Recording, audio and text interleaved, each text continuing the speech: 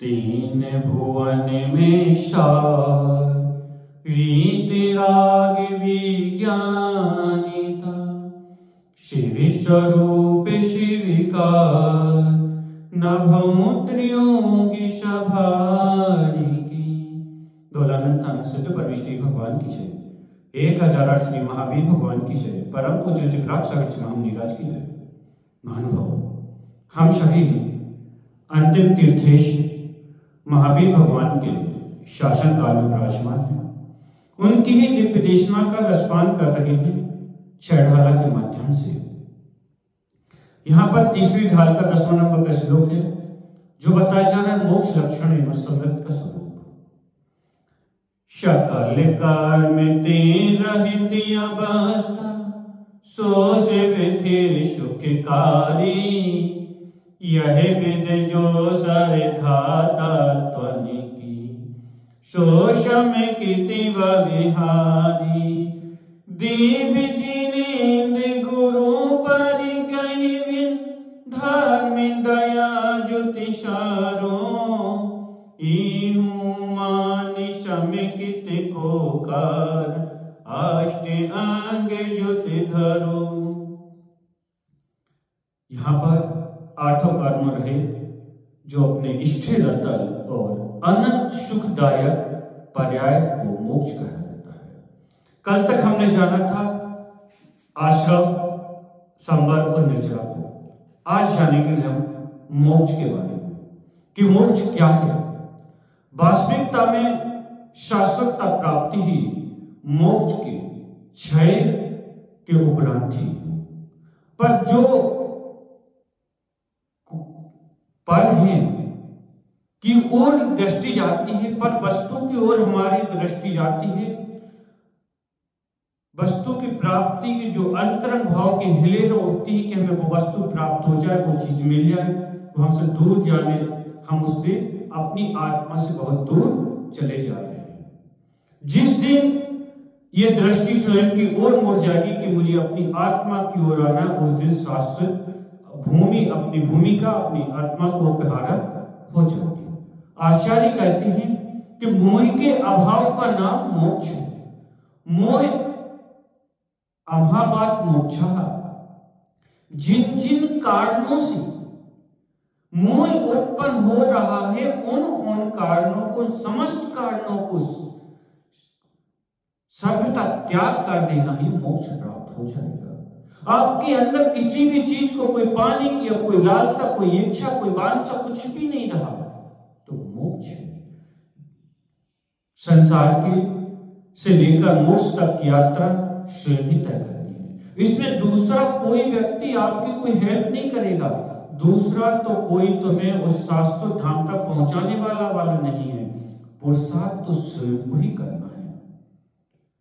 आचार्य महाराज मोक्ष का लक्षण बताते हैं कि बंध के कारण का अभाव तथा निर्जरा द्वार जो ज्ञानादि वर्णादि ज्ञानादि दर्शन मोहिनी वेद 8 कर्म होते हैं, समस्त कर्मों का अंतः अभाव हो जाना मोक्ष होता है।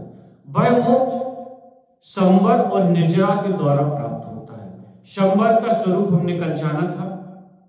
अब हम जानेंगे कि मोक्ष जाने का क्षमता मात्र मनुष्य पर्याय में होती है। स्वर्ग आदि गतियों में, अन्य पर्यायों में नहीं होती है। सामान्य की अपेक्षा से मोक्ष एक ही है, परंतु द्रव्य और भाव की अपेक्षा से मोक्ष 2 प्रकार का है। रागादि भावों की जो जागृति निवृत्ति रूप वह भाव मोक्ष है। जो हमारे अंदर राग और द्वेष के भाव रहे वो नष्ट हो जाना मोक्ष है। और शुभ रत्नात्रय की साधना से अष्ट कर्मों का निर्मूलन हो जाना द्रव्य मोक्ष है। आचार्य अकलंक स्वामी ने राजवार्तिका में लिखा है, दधि बीजी यथार्थ यत्तम पादुर्भक्ति नाम कुढ़ा कर्म बीजे तथा दग्धि न रोयति भंगुरा। जिस प्रकार से बोले बीज पूर्ण रूपेण जलकर नष्ट हो जाता है तो उसमें पुनः अंकुरित होने की क्षमता या नहीं रहती है, उसी प्रकार से कोई जीव बीज था, उसको आपने जला दिया, अब वो बीज पुनः उत्पन्न नहीं हो पाए। वैसे ही जो कर्म है आपने नष्ट कर दिए हैं तो पुनः उत्पन्न नहीं होंगे। अनंत काल से अनंत सुख का भोग करता हुआ यह जीव सिद्ध लोक में स्थिर हो जाता है। परंतु ध्यान रखना, लोक के शिखर पर स्थित आकाश में किसी टुकड़े का नाम मोक्ष नहीं है। आप सोचो कि हम सिद्धालय में पहुंच गए, सिद्ध भवन, नहीं, ऐसे नहीं पहुंचते। वहां पर जो है सिद्ध सलाह का नाम मोक्ष नहीं है, सिद्ध लोक का नाम मोक्ष नहीं है, क्योंकि सिद्ध लोक में सिद्ध सलाह पर अथवा अनंत निकट अनंत निगोद्य जीव भी रहते हैं, लेकिन उनका मोक्ष स्वीकार नहीं हुआ है।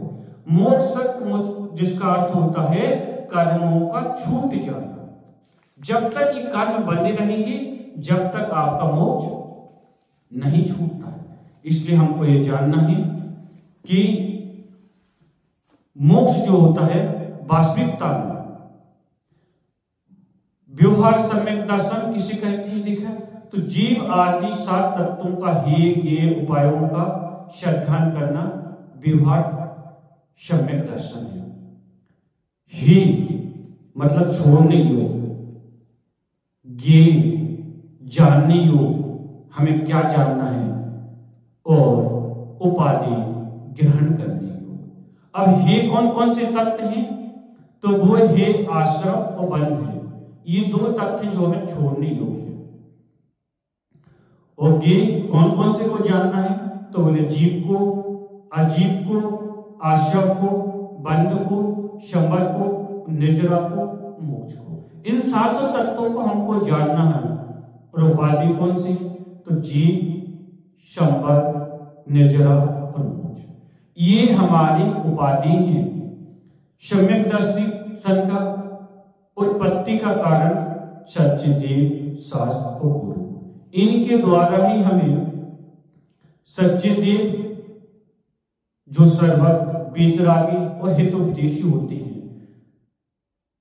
सच्चे गुरु जो विषय परिग्रह आराम से रहे, जो विषय से, कषाय से और आराम परिग्रह से रहे तथा जो ज्ञान ध्यान में लीन रहते हैं। सम्यक की उत्पत्ति के कारण एक तो अंतरंग कारण होता है, एक बाह्य कारण होता है। अंतरंग कारण जो होता है दर्शन मोहिनी कर्म का उपशम, क्षय और क्षयोपशम के कारण। सम्यक की उत्पत्ति का बाह्य कारण जो होता है नारकियों में होता है, तो जाति स्मरण से, धर्म श्रवण करने से, वेदना अनुभव से। त्रियंचों में होता है, त्रियंच तथा मनुष्यों में होता है जाति स्मरण। धर्म श्रवण से, प्रवचन सुनने के, स्वाध्याय सुनने से और जिन्हें भी भगवान के दर्शन करने से। इसलिए कहा जाता है कि मंदिर अधिक से अधिक बने जाते हैं कि कभी ना जाने किस व्यक्ति के लिए, किस मूर्ति के दर्शन करने से उसके अंदर सम्यक की उत्पत्ति हो जाए। देवों में जाति स्मरण से, धर्म श्रवण से, जिन महिमा से, दर्शन से और देव रिद्धि दर्शन आदि सम्यक की उत्पत्ति के बाहरी कारण है। नारकों में किन कारणों से उत्पत्ति हो सकती है सम्यक की, तो प्रथम नरक से लेकर तीसरे नरक तक नारकियों में जाति स्मरण से, धर्म श्रवण से और वेदना अनुभव से। उन्होंने धर्म श्रवण कभी जो मुनिराज के माध्यम से कुछ बात सुनी है, प्रवचन के माध्यम से, स्वाध्याय में पढ़ी है, तो वो याद आ जाना, स्मरण कर लेना, तीनों कारणों से सम्यक की प्राप्ति होती है। और चौथी से लेकर 7वें नरक तक मात्र जाति स्मरण, उनको पिछला भव का जाति याद आ गई कि हमने ये सुना था, या वेदना के कारण।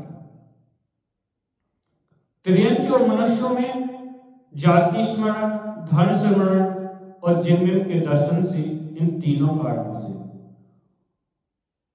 देवों में तो बताया जैसे स्वर्ग से लेकर, प्रथम स्वर्ग से लेकर 12वें स्वर्ग तक के जो देव होते हैं उनमें जाति स्मरण, धर्म स्मरण और जिन महिमा, देवादि दर्शन चारों कारणों से सम्यक की उत्पत्ति होती है, लेकिन 13वें स्वर्ग से लेकर 16वें स्वर्ग तक के देवों में देव दर्शन आदि को छोड़कर 3 के कारण और 9 ग्रह के देवों में जाति स्मरण से धर्म श्रवण के 2 कारणों से उत्पत्ति होती है। इस प्रकार से हमको ये समझना है कि कहां पर सम्यक की उत्पत्ति होती है और सम्यक के दर्शन के साथ साथ में निशांगत अंक आदि आठों से सहित हैं, उसी यथा तथा ही धारण करना चाहिए और उनको जैसा बताया गया है उनको वैसा उनको धारण करना चाहिए। और क्षुधादि जब हम इन चीजों को सम्यक को समझेंगे तो हमारे अंदर प्राप्त होगी। बोले महावीर भगवान की जय।